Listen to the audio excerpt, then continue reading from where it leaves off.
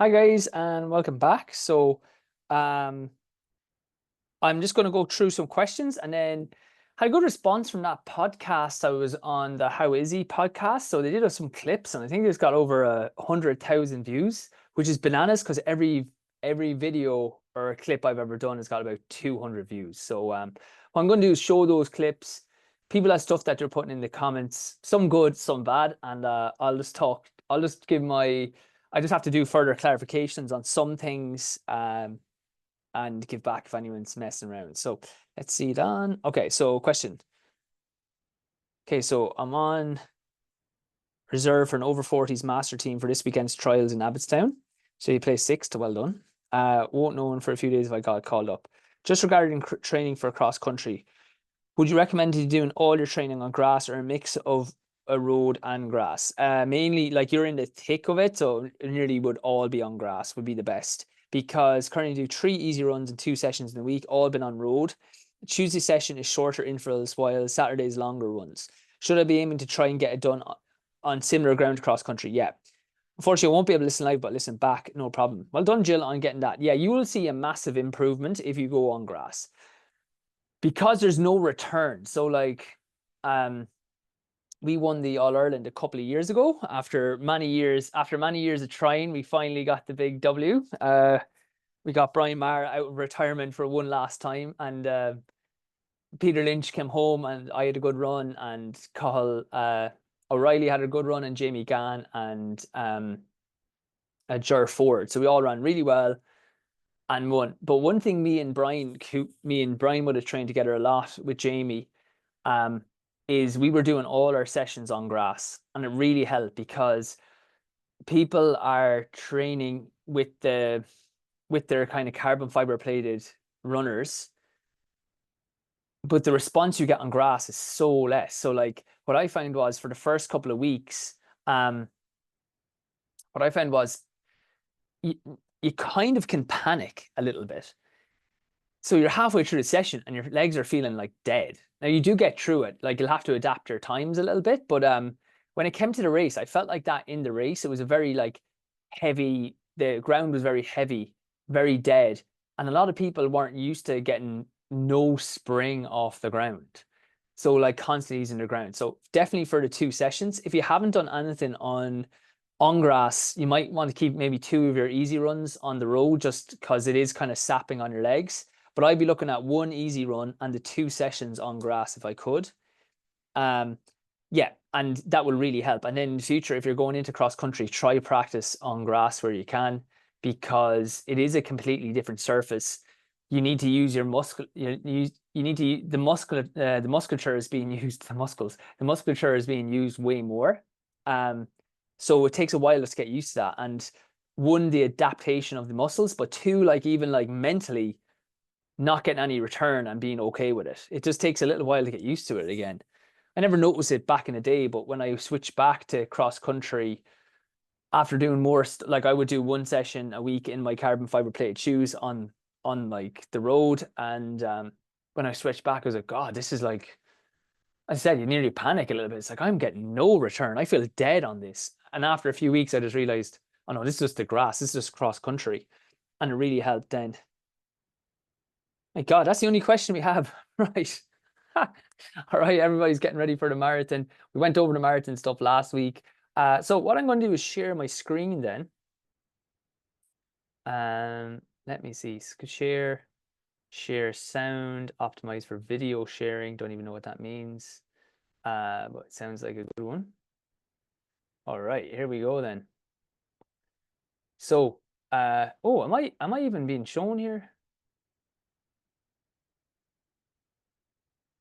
I wonder how I get shown.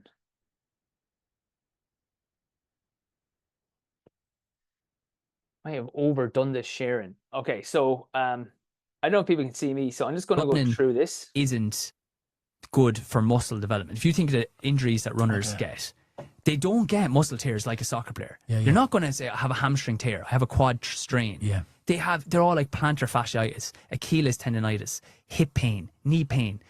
There's 3 systems in the body, right? There's the passive systems, like your ligaments, your tendons, and your joints.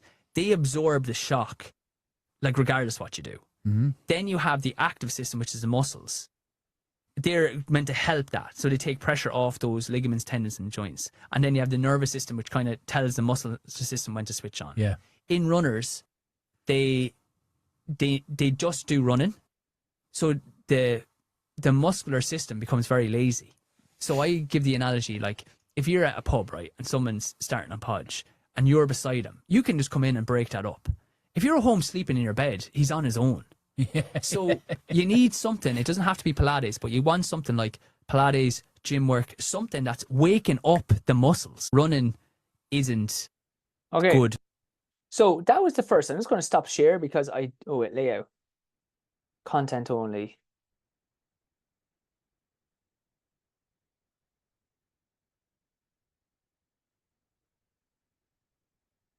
Do this one. Sorry.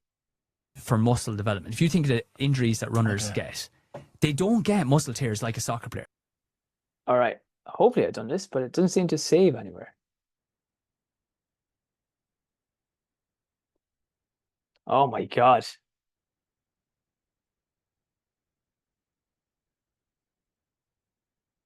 Let's do this one.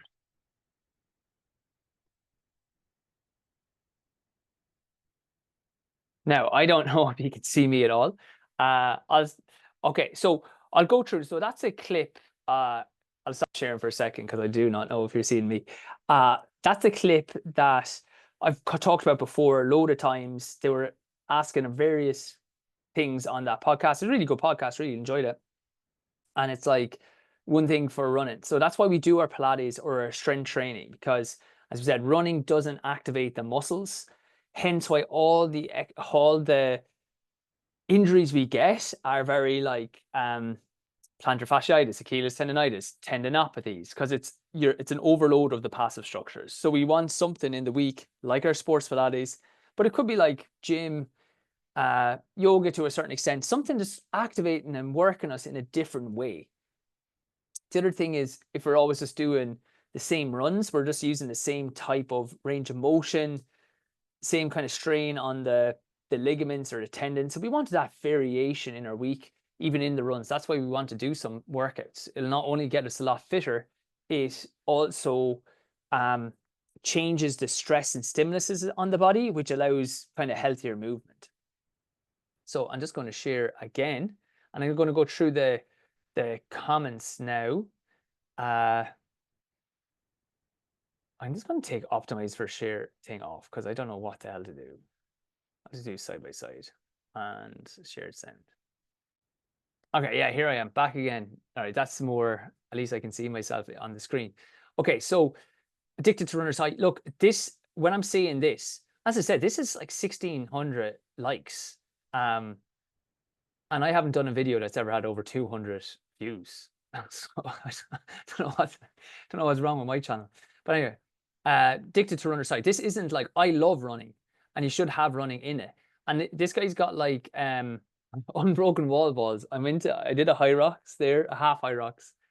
So that's a nice one if you are doing it. Like being a muscular runner is the way to go. So having their gym, doing your running, you know, being flexible, being strong, being aerobically fit, that's the dream, you know. Obviously sometimes we have our goals, so we're going to like dial into one, but we should always kind of lump back into that. So I totally agree with that. You can be muscular by being a runner if you weight train, but only to a certain extent, because it literally burns through the muscle. And yeah, that's okay. It's not how it actually works, but running is brilliant for cardiovascular fitness. Like I go into the gym a lot. I see people like they're on their phone, they're doing like, say for especially guys, they're doing arms, but they got like bellies on them, like, because they're not turning things quick enough. They're not like getting through the exercises. So that's why like the Hyrox is quite popular, I'd say, is because they're like, oh, I'm seeing good results because they're actually having to do a bit of cardio and all this stuff. I don't need cardio. It's like the only people who say that are like 25, you know, and really genetically, like doing well genetically. That you can't do that as you get older. Like, so having a mix is the way to go. I'm running, having a hamstring tear. Look, it's not like you won't see people with hamstring tears. Down here below, you're going to have like some calf tears are common, which I'm going to talk about. Hamstring tears are very, very uncommon. I'd love to know if that was like a hamstring strain. Like, was it like she tore that muscle running? Or is it more of a high hamstring tendinopathy or a hamstring strain? So it's not like a tore, but it's the hamstring sore, which is different. Again, it's more of a passive. Most runners do strength and conditioning to help them keep strong. The majority are hybrid athletes. Yeah, I don't think so, but like hopefully they're getting more and more like that. Had a workshop with me. Thank you very much. That was really nice to say. This is why you need to strength train. Exactly. So that's what we're kind of get. Tore my calf. Yeah.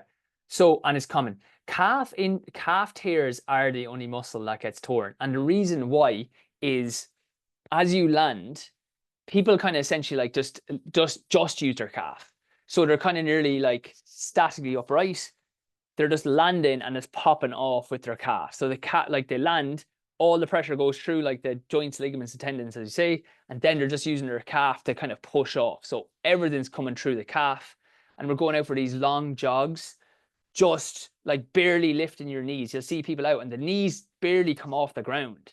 So it's nothing but calf. So again, and then they go to a physio and the thing they're given is like heel drops and heel raises. So it's like the one area that's being overloaded is the only area you try to strengthen. It doesn't make sense.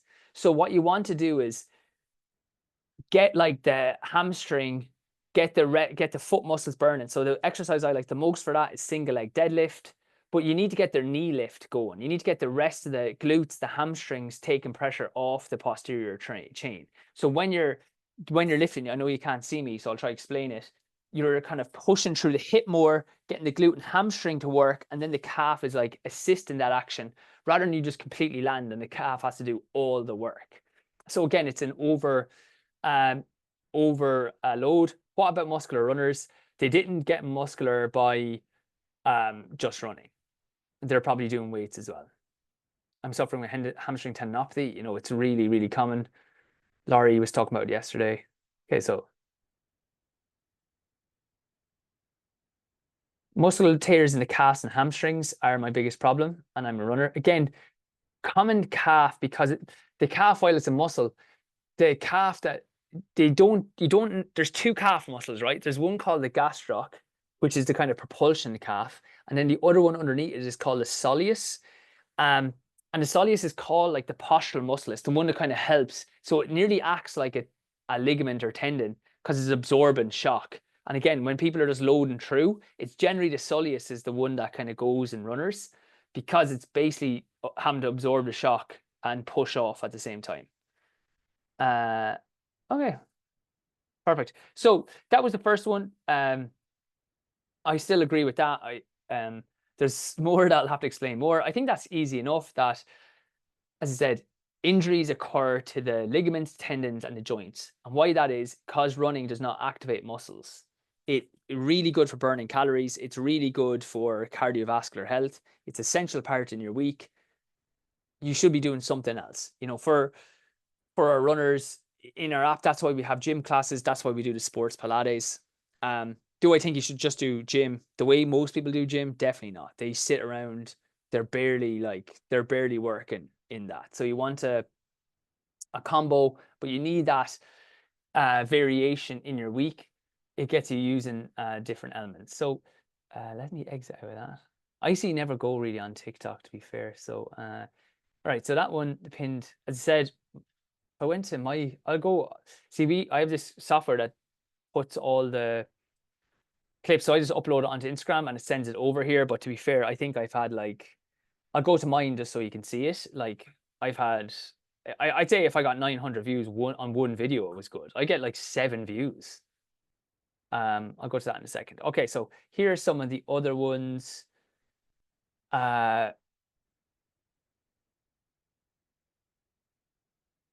Okay, so that was on GA. I'll just show this one for quickly. Runners.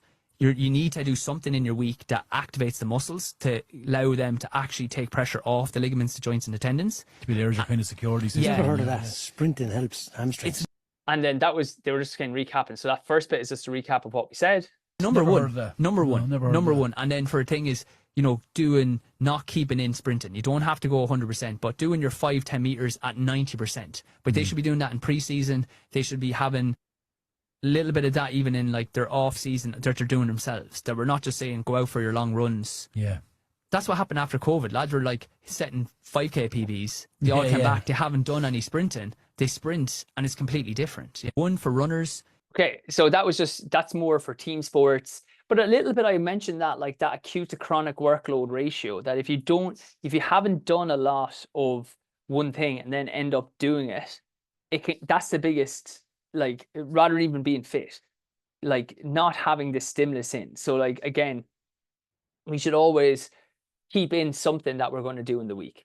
So for GA or soccer or whatever, they should be sprinting. They don't have to go at 100%, but 90% all the way through the year. Not like trying to get fit in their preseason and then jump into matches, because that's like sprinting is the biggest injury prevention thing that you can do for hamstring tears, more than Nordic curls, more than anything. And secondly, then like there's a recent study that found that people that go above 85% in training like twice a week had significantly less hamstring tears than people that didn't go above 85% speed. Okay, so you think you're trying to conserve it, but you need to actually like stretch the muscles. In running, how does that affect us? Well, when you're in a marathon block, or if you're doing longer stuff in the winter, like say Jill is talking about doing cross country, she should still be adding in strides. She should be doing strides, say, before she starts. Doesn't have to push these 80, 90% strides. Or we always do like our 4x20 seconds, say at the end of our 5x7. It's going to help running economy, but also it helps if we switch back to doing faster work later on. It's not like foreign to the body. So you need to be keeping some of those strides in the whole time. Also, then the opposite way is when you're in the summer, say maybe you're doing more 5K training, every 2 or 3 weeks, make sure that your long run is like 90 minutes. In that way, then if you're going to go to like half marathon or marathon block, it's not a big deal to start building back up. If your longest run in the summer has gone to like 50 minutes, and the first week of a 12 or 16 week block, you have to get back up to being out there for say 12, 13 miles. That's a big jump, where if you're at like 10 miles, 11 miles, the first week being 12 or 13 is not a big deal. So like we always just want to keep a little bit of the other things that we're doing in, so it's never a big shock.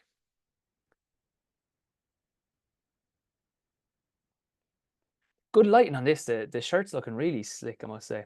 All right, next one, 28,000 views. As I said, I'll show you my clip at the end. I'll just show you some of mine that I think are class videos to get absolutely no love. Lactic acid is really lactate plus H plus ions, which is the acid. So it's lactate. Sorry, this one they asked me like about supplements or or I might have said it to them, what to take before like 4 races. So I was talking about like, oh no, they were asking why there's been loads of world records and faster times. And the 2 reasons are the shoes, and then people are now taking sodium bicarbonate. I'm going to I'll listen to this clip now. And, but you can see here the first one. Now I'm really confused. People did not understand what I was saying here at all, which is common, to be fair. So I'm explaining how sodium bicarbonate. So lactic acid works. Is really lactate plus H plus ions, which is the acid. So it's lactate and acid. If you think there's 2 things that kind of go together. Now it's the acid that when your legs are burning, that slows you down. Okay. They always knew there's stuff like baking soda. If you're like bread soda and all. Yeah. Sodium bicarbonate. Sodium bicarbonate. Yeah. That is basic. So quick maths now. People are like, what is this lad doing? Right. Level is 7. Underneath 7 is acid. Above 7 is basic. So bicarbonate is like, say, a 9. Stomach acid is a 2 or a 3. It'll like boil anything. Lactic acid is probably a 6. So you're starting a race at 7. As you're running, you're producing lactic and acid. The blood going into the muscles starts to become more acidic. It starts to burn, and basically the muscles can't contract like they normally do. The fuel is wrong, right? It's the acid. It's just like the ability to contract an acid isn't as good. So lactic acid. So, as I said, right, why people are confused. What I'm talking about there is you'll see 800-meter times. Like people look at, say, Mark English, for example, and say, oh, he's running better than ever. Mark English is one of the best runners of all time for in Ireland, but he's not running better than ever. He's running really well. He's got a new coach that really, like, I wish Mark had this coach when he was like 25. It just really suits him. But Mark English at 32 or 33 isn't better than Mark English at 25. But what's happened is the new shoes and the sodium bicarb means he can run faster now than he did at 25. But if you give 25-year-old Mark English the training he's doing now with the bicarb and shoes, he'd be look, he always had it. He didn't win. He didn't even get to. He's won European medals. He didn't get to a final, but if things went the other ways for Mark, he could have won an Olympic medal. Like, in my mind, there's no doubts about it. And there's no doubts that he'd be like at least a second faster, maybe a second and a half, which would put you right in with any of the best guys right now. I'm lost the way you explained that. Yeah, so look, like, so what I was trying to say in this, and nobody's here on the chat call today to like see if this makes sense, is that why the bicarb works so well is you're going to produce lactate plus H plus ions. So glad I said that, because down here, one of these things was like, oh, lactic is a fuel though, and can be changed through the lactic buffering system. Like, I literally explained that like lactate is a fuel, but to get lactate, you produce the acid. Like, it's once it goes into an anaerobic, there's no getting away from that. So I thought that was a stupid comment. Especially when usually I just call it lactic acid. Like, it's not. I don't even usually explain the H plus ions, but I did there anyway. So the acid. So you come in. So it's nearly like, I was trying to come up with an analogy. It's like, say you have a cordial, like you have MiWadi, and someone's going to add water to that. Okay, so as you go, you have to do an 800 meters with this drink, and people are going to add water, and it's going to get. Let's go the opposite way. People are going to add more cordial, more MiWadi to it, and it's going to be too sickly to drink. Well, what you might do beforehand is add extra water, so make it more dilute. And then when they add the water, when they add the extra MiWadi or extra cordial, you can have it and drink it, and it tastes normal for a lot longer. So that's what we're doing. We're trying to make the muscles and the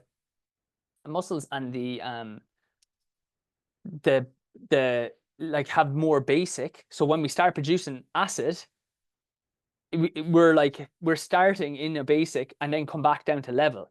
So like Jake Whiteman, who he won a world championships, he came second this year. Chatting to him, he used to do a session, he'd record his lactate levels, and before the bicarb, say you do that session, he could hit 18 millimoles of lactate. After the bicarb, he can hit 23. So the lactate still gets produced, but the H plus ions are getting neutralized. So he can run a lot faster, or he can go into the hole a lot more than you would be able otherwise. Hence why they're able to run faster, because they're not getting, it's longer into the race before they're getting that hit of lactic. The also thing, we always knew that bicarb. Now, to be fair, right, Joe Warren did a study with this, and I did this in his like undergrad project. I was one of the subjects, and I did run better with bicarb, and it didn't affect my stomach. So I'm freaked, because I should have known, like, if I had I didn't think it'd make that much of a difference, because it was only a little random study he was doing. I just had to come in, run one day, run the next. So I was like, yeah, I felt a bit better. Didn't feel much better or anything. So I'm freaked, because I could have actually been using this, because most people couldn't use it, because if they took baking soda, what would happen is they'd basically like crap themselves. So what they have now is they have this like, looks like old-fashioned Brill cream or hair gel, and like a really jelly crap substance. But basically what it does is it stops it from being broken down in the stomach, which will give you digestive issues. It goes through into the small intestine, and then it's kind of finally broken down, and it's easily more absorbed there, and there's less like gastrointestinal issues. So you have the bicarb about 90 minutes beforehand. I've had bicarb, took it before that, half Hyrox. Look, it's hard to know if any of these things help, but like it's definitely working for the pros. So, and I think it works for me as well. So it's 20 quid a pop though, so I won't be using it like unless it's an actual proper race. And it's Morton, the one I got. Shout out to Thomas Chamney. He's working for him. All right, so let me just see. Really confused. I don't know, again, does that like make sense for people? I'm lost in the way I explained it. I said basically take something to make your blood basic, so when you start producing lactic acid, it balances it out. Do 2 more. Think of it like cordial. Oh yeah, so I used that. He's completely right, but the way he explains it is hard. Yeah, it's hard. Look, they take a minute of a clip. They obviously don't watch this podcast. I'm known for like going around in circles. Lactic is a fuel though and can be trained through the lactic buffering system. Bicarb is only a 2 to 8 minute fix. Like, yeah, because like if it's a longer race than that, you're not going to be, you're into the aerobic system. That's why we're always saying that you need to train aerobically. That's why I always talk about the zones. And training anaerobically, going too hard, is inappropriate. So you only need the lactic, you only need the bicarb for shorter races, like 5K maybe, 1500 definitely, 800 definitely, 10K definitely not. 5K is debatable. Thing like a Hyrox definitely, because you're hitting lactic. Cross country maybe, because there's a lot more hills and stuff in it, so it can be quite harder. Marathon definitely not. Okay, you can train the lactic. We would do, you know, the Russian session that we do where you go 200 hard and then 200 where you go double the distance. So say if you did a 200 in 40 seconds, you'll go the next 200 in like 75 seconds and then go again. And we'll do 5 of those. So we'll do 2000 meters. That's training it. So we're kind of producing lactic, and then you're trying to clear the lactic and to clear the acid. So you're trying to like teach your aerobic system to clear it. So that was a session we used to love back in the day. ITC works better for in distance. I don't even know what ITC is. I'm going to look that up. ITC endurance.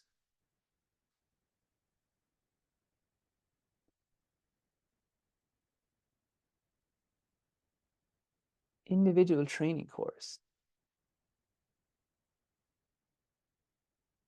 Right, this guy does not know what he's talking about. Like, so I'm talking about a supplement, and he's talking about a 12-week training course.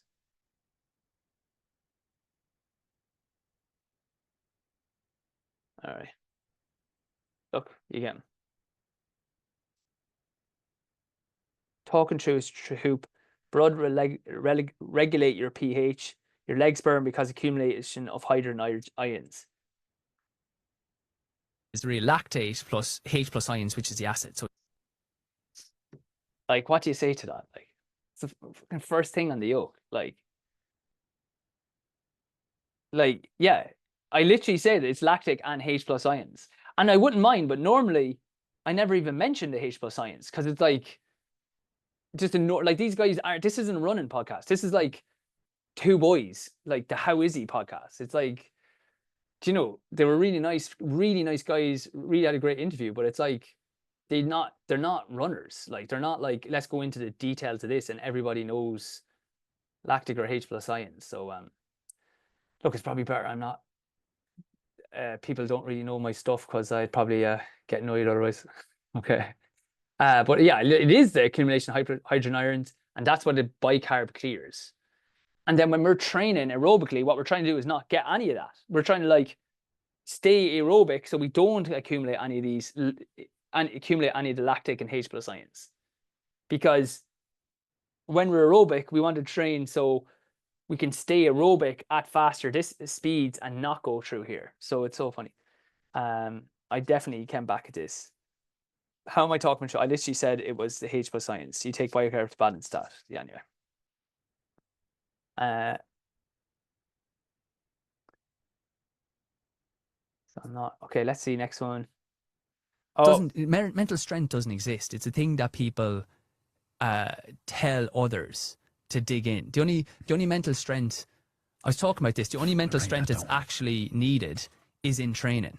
Like, so I was doing a training session there last week, and it was going to be 3 sets of a thing. It's like, actually I had a little niggle, so I'm doing a high rocks training just to... Oh, you're not one. You just... I know. He got caught. I know, just absolutely caught. But like, I was doing a thing where it was like, you do row, bike, and skier. Yeah. And after 2 sets, I was feeling crap. And I was like, oh, well, I just leave it at... Halfway through the end of the first set, sorry, I'm like, well, I leave it at 2 sets. And I was like, you know, you're starting really feeling tired. And it's like, no, whatever happens, I don't care how slow it is. I don't care what it is. I'm getting 3 sets done. That's the only mental strength you need. All the stuff of in a race, I died. It's like you died because you probably went out too fast and phically you couldn't hold it. So what about hitting a wall in the marathon? That's what you're talking about. But that's not mental. That's you're actually physically ready. Mental strength. Okay, totally believe this one, especially for runners. They're so hard on themselves. If a race doesn't go well, we're like, oh, I just gave up. It's like, guys, there's like limiting factors in you that I don't know if I talked about this one more, but I might go into this a bit more detail. But there are limiting things in your body that will stop you kind of pushing. So if it's not the day, now, just to say that, you do need to like dig in and concentrate and not give up and say, oh, it's just physical. It's like you can push, but if a race doesn't go, like, 2 things I do in a race, like one, you want to be relaxed for the first half. And we did talk about this a couple of weeks ago. Second thing, you want to, like, when it goes well, like, you're trying to like distract yourself, like, stay relaxed, stay easy, just stay on this guy, get through the next K. You're not trying to say like dig in like as hard as you can. It's like, it needs to be smooth. It needs to be like flowy, like, you know. So like a lot of the David Goggins stuff of like gritting your teeth, or I didn't go well because I didn't believe in myself, or I didn't go well because I just gave up. It's like, look, I've had it like in races, loads of races, where one thing I do is I always say, look, I'm not actually quitting. Like, I'm not dropping out of the race, because I do think that's a bad habit to get into. But like sometimes, lads, when it goes wrong in a race, it's just like physically you're a little off. It could be even neurological. It doesn't even mean like you can't run brilliant the next week. I've had loads of races where I've ran crap one week and then literally 7 days later ran really well. And if you want the way to practice, say if you feel like, no, I'm always giving up, it's like, then you need to do intervals. So like, say if it's in 5K, for example, for me, I need to run at the pace that I'm going to run at. And dig in training to have the confidence then, or the like kind of muscle memory of like, remember I was like this beforehand, and not panic and stay going. Okay, so what I'll do is maybe 5 by a K of like 90 seconds or 2 minutes at your 5K pace, because you'll get through the second one and you'll be like, oh my God, I can't do another 3 of these. And then it's like, no, let's just hit the time for the next one. Then hit the time for the next one. Then even like, I've done it loads of times. I remember doing 4 by a mile or 5 by a mile in Lanzarote, and I got 4 done. Oh, I got 3 done, and I was like, oh, I'm done with these. And then it's like, you know what? Let's just get through the 4th at the pace, and we can just tempo the last one. We can go slower on the last one. And I did that. It's like I really dug in for my 4th one, got through it. Took a little bit longer recovery, and then I did. The first 600, I was like, just tempoing. But then I looked, I was like, I'm actually trying to be a bit more relaxed. I'm not actually that far off the time I'm supposed to hit. So then I was like, let's try pick it up. And I actually ended up running the right time at the end. But even if I didn't, even if I just had to tempo the last one, I'd be like, look, I got the 5 done, decent training in the bag. That's going to bring me on. Okay, so just people like beat themselves up about like it's mental. Like, I would say 95% of the time it's actually physical. I could like see a reason why you didn't do well in that race, and it wouldn't come down to you not caring. At some stage, you got to roll the dice. Not roll the dice. Not roll the dice in like that. That's for younger athletes and professionals. So I was very good as a junior athlete. Just finishing off that clip, and like a lot of times people can tell you like, you know, oh, be careful of injuries, don't push it too hard. Yeah, basically those things. Don't push too hard. You don't want to burn out. And if you're a younger athlete or you're taking it very seriously, at some stage, my advice would be try hit your limit. Like, but I'll talk about it. That doesn't mean like taking one individual session and trying to sprint as hard as you can. That means consistently over time. Can you get in with like, so for me, for example, what was happening was I was very good as a younger athlete, training then on my own or with other people, and it's like just don't overdo it. So you're like you're training hard, but it's like you're staying a little bit in your comfort zone. You don't think it's your comfort zone, but then there was a guy, Thomas Chamney, who was an Olympian, and like, don't train with him, he's a lunatic. Now he was an Olympian though. And just like you won't be no, you can't handle his training. And eventually I was like 27. I had a crap year when I was 26. And I was like, look, I'm Bracely. Like I didn't go to altitude training. It'll be another example, because they were like, look, you don't know how your body will react. You could come back, you could be like really flat. Now I needed someone basically, what I'm saying here, to tell me, listen, you're crap anyway. In the grand scheme of things, you're not that good. You might be good for Ireland, but you're not good internationally. So go altitude training, roll the dice, see if it works for you. If it doesn't, who cares? So the next year I was like that. It's like, I'm going down to Chamney. I'm just going to do all the training he does. And it wasn't like the training was it was just like relentless. It was just like morning. You might do like gym or something in the afternoon with your nap, and then you do another run. Like, so the first few weeks I was like, I am actually just exhausted. But it wasn't like the one training session where you'd injure yourself. It was all like pretty controlled, but just a lot of it. Same then, straight away that year went to altitude, try that out, just pushing the boundaries. And then I ended up five All-Irelands, sub-4. Still like not like, it was a good enough career. It wasn't brilliant, but at least it was like, got to see, because I didn't break down. So you got to push it. You know, if I did break down, I had in my head, it's like, look, it is what it is. Or, you know, if I went to altitude and it didn't work out, I was like, it is what it is. Like, I'll at least know, you know, that way. So that was the first point on that.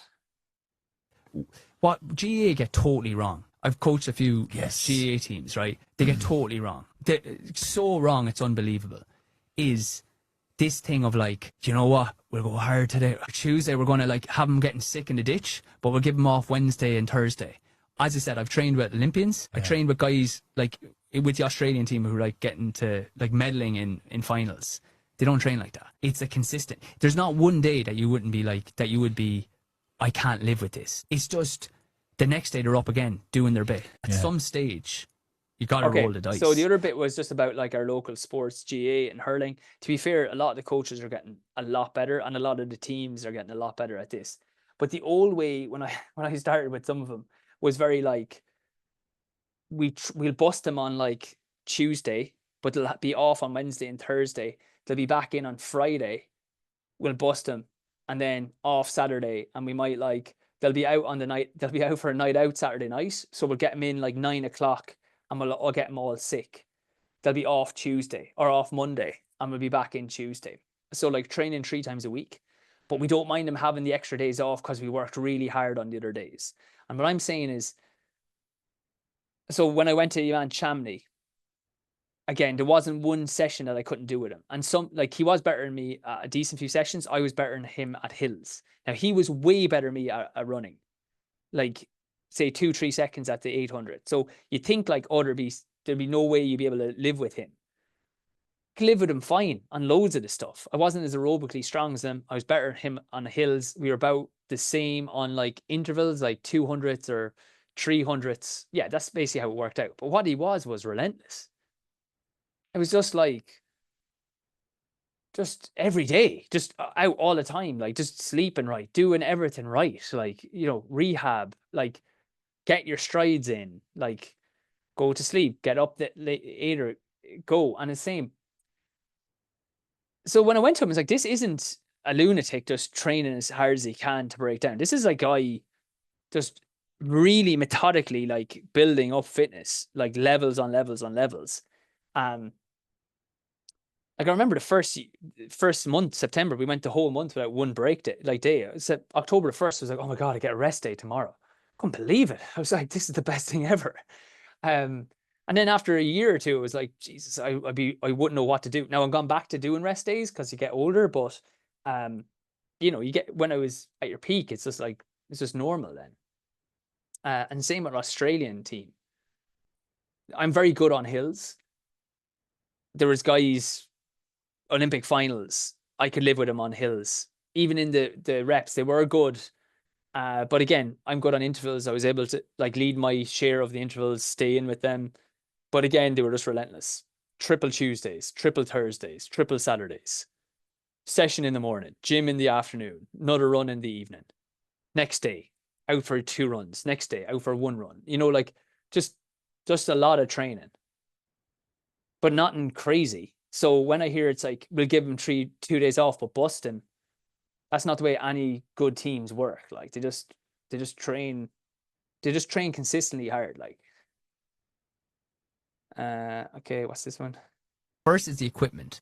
They came up with these. They have carbon fiber shoes. I don't know if you've ever seen the shoes people are wearing now, like the runners they're wearing doing a marathon or half marathon. They're really blocky, real chunky runners. Oh yeah. So they have a carbon fiber plate in them, which essentially works like a spring. Essentially, so you got rubber underneath it, you got the plate in the middle, and you got rubber a little above it. So essentially, like bounces people a little bit more on. Propels them. Like the first time I wore them, right?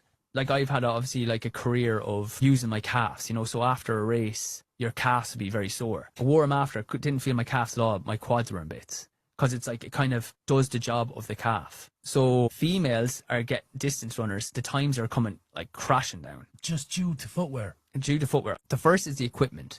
They came up with Okay, these. I've talked about the carbon fiber plate shoes. You should have a pair of them. Oh, yeah, I always turns it off. Anyway, I think I'm done. I think that's it. Yes, that was it. Okay, so as I said, let me just show you. I'll go through some of mine the next day. 200 views. Look at this one. Like this gets 273. It's just funny.